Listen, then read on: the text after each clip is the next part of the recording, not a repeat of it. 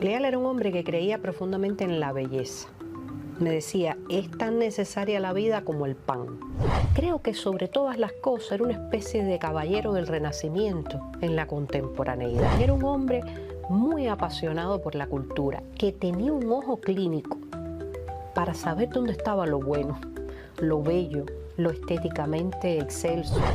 Hay que recordar las grandes intervenciones de Leal ante los artistas, siempre apelando ¿a qué? A la creatividad de nuestros artistas, a su sentido de la cubanía, pero sobre todo a su compromiso patrio. Leal, hasta sus propios logros personales, decía que los colocaba ante el altar de la patria, porque creía en Cuba, como esa decía, Cuba, patria amada. Nunca lo vi hablar de algo sin valentía y sin plena conciencia de lo que estaba diciendo. A veces me pregunto de qué no habló Leal. Esto no es un podcast. Es una invitación a pensar en cómo somos. A Contracorriente, un espacio para mirar la cultura desde todas las aristas. Bueno, continuamos hablando con Magda Recip Aguirre, directora de comunicación de la Oficina del Historiador de la ciudad. De ahí que se justifique plenamente hablar con ella de Eusebio Leal. Y continuamos hablando de Eusebio.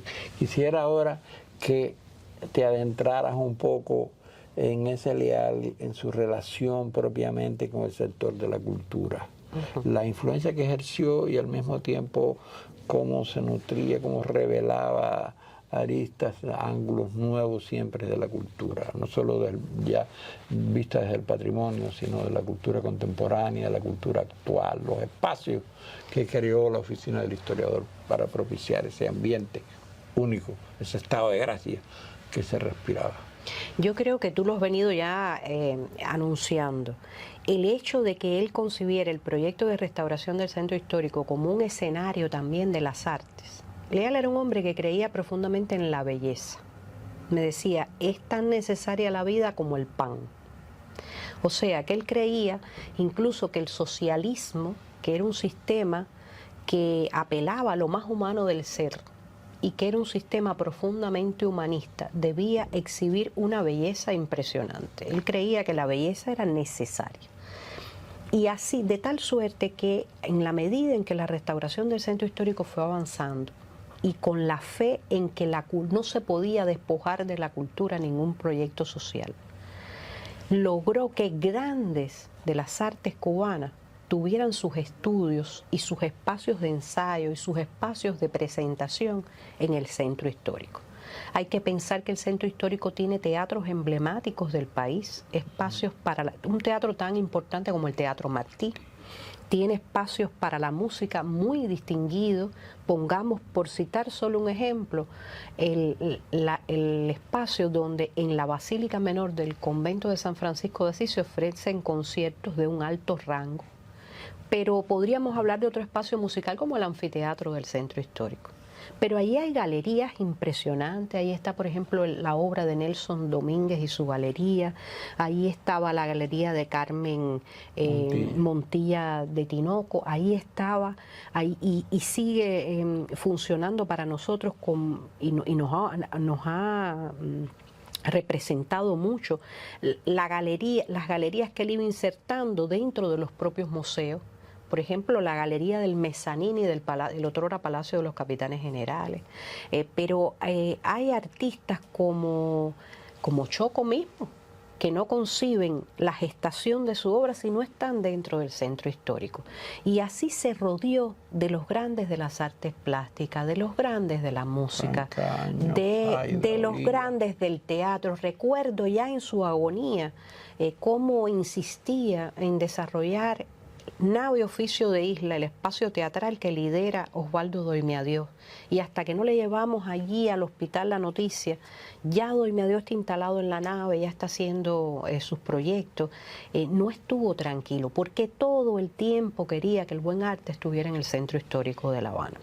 Y quería un buen arte proyectado hacia la comunidad, no dirigido a la afluencia turística. Siempre dijo que el arte que le ofrecíamos al turista debía ser aquel que genuinamente desarrollábamos todos los días en el centro histórico de La Habana. O sea que allí nunca se ha hecho una representación teatral o una exposición para que un turista disfrute de la cultura cubana.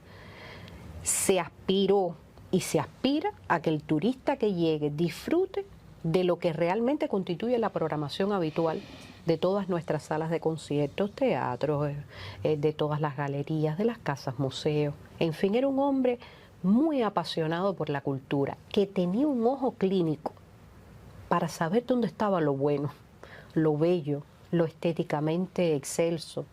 Se reunía además con los grandes pensadores. Entendamos que fue amigo personal de Cintio Vitier, de Fina García Marrús, de todos los artistas agrupados en la Unión de Escritores y Artistas de Cuba, de la cual era miembro de honor. Hay que recordar las grandes intervenciones de Leal ante los artistas, siempre apelando ¿a qué? A la creatividad de nuestros artistas, a su sentido de la cubanía, pero sobre todo a su compromiso patrio. Leal, hasta sus propios logros personales, decía que los colocaba ante el altar de la patria, porque creía en Cuba, como esa, decía, Cuba, patria amada, como esa patria a la que había que reverenciar, a la que había que rendirle culto todos los días, y por la que había que crear y gestar proyectos de desarrollo. Entonces, la relación con los artistas fue muy fluida, no exenta de polémicas, porque Leal fue de los hombres que participó en las polémicas más agudas de la vida cultural cubana y siempre se paró con su voz y siempre dijo valientemente lo que pensaba, hablaba de lo que creía.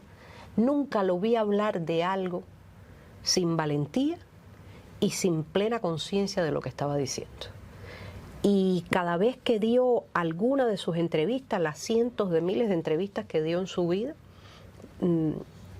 le decía al entrevistador, a mí no me avanzo en cuestionario, pregunte lo que quiera preguntar, y si una persona, y si un dirigente, o si un creador, o si no está preparado para responder preguntas, que no acepte una entrevista. Entonces tenía muchas cualidades que reunía, pero creo que sobre todas las cosas era una especie de caballero del Renacimiento en la contemporaneidad, que amaba mucho todo ese entorno cultural diverso, que le es fácil. Bueno, de hecho, hasta la exposición de Leonardo da Vinci que hoy tenemos en el Castillo de Atarés y de los grandes artefactos de Leonardo da Vinci, él luchó mucho porque se quedara en La Habana y estuviera aquí para el disfrute de todo, porque creía poderosamente en el poder de la cultura como ente emancipador de la sociedad. No entendía la vulgaridad, no entendía la chabacanería.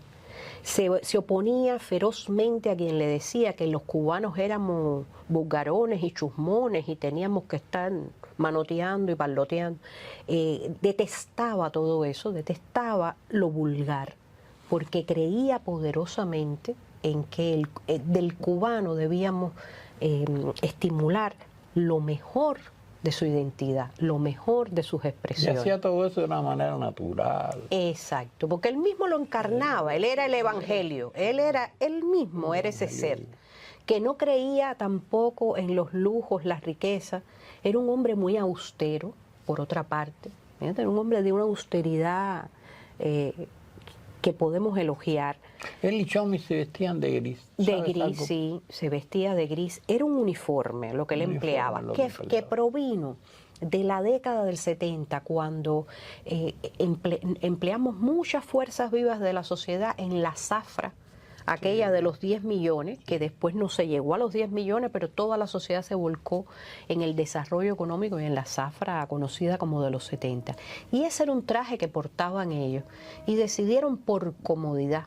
A mí Leal siempre me decía, es que la gente se mete con mi traje gris, pero esto es lo más cómodo que hay. Yo tengo 3 o 4 colgados en el closet y cuando me levanto por las mañanas me pongo mi uniforme de guerra y no tengo que estarme preocupando por el vestir. O sea, que era un hombre que creía más en lo que llevamos dentro, en lo que portamos dentro de valores espirituales y no en lo que desde el punto de vista exterior podíamos presumir de eso. Aunque amaba poderosamente la belleza, creía que nuestras obras de restauración, por ejemplo, tenían que cuidar hasta el más mínimo detalle.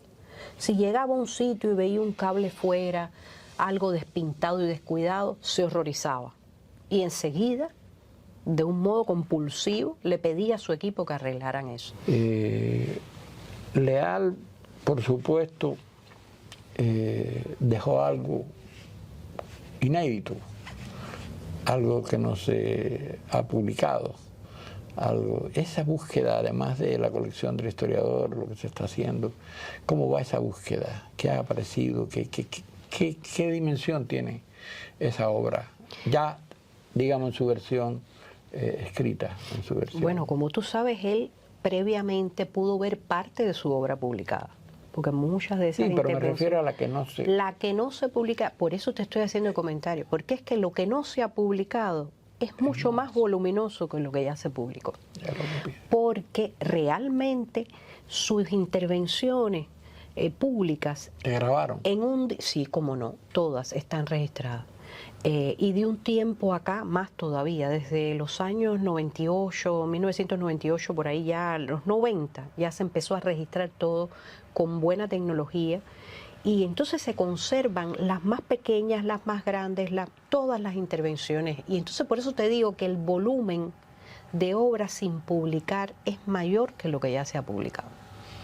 ¿Qué temas ahí? Y además, como estuvo hasta el último momento, por ejemplo, nosotros estamos preparando un volumen muy interesante, porque Leal también era un hombre de patria y fe. Sí. Porque su profesión de fe católica él nunca la abandonó. Y era uno de los más grandes conocedores y mediadores con la Iglesia Católica en Cuba.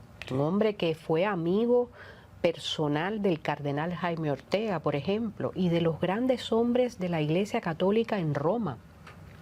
Pero conocía profundamente la masonería y conocía todo tipo, la ortodoxia. En la Iglesia Ortodoxa tuvo grandes amigos y también tuvo la posibilidad de dialogar con los grandes patriarcas ecuménicos.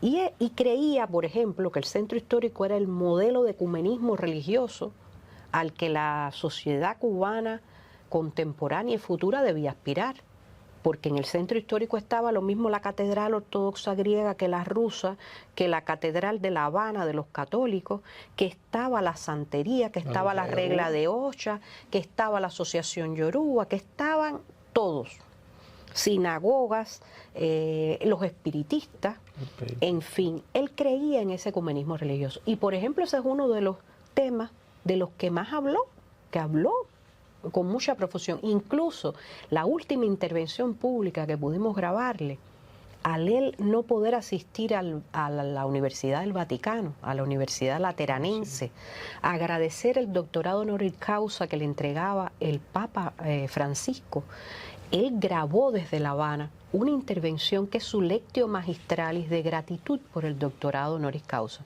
que es una joya para interpretar la historia de la presencia de la Iglesia Católica en Cuba y su diálogo y su camino con la Revolución Triunfante y hasta la contemporaneidad. En fin, que hay muchísimos temas que todavía hay que publicar. ¿Cuántos tomos tú crees que tenga?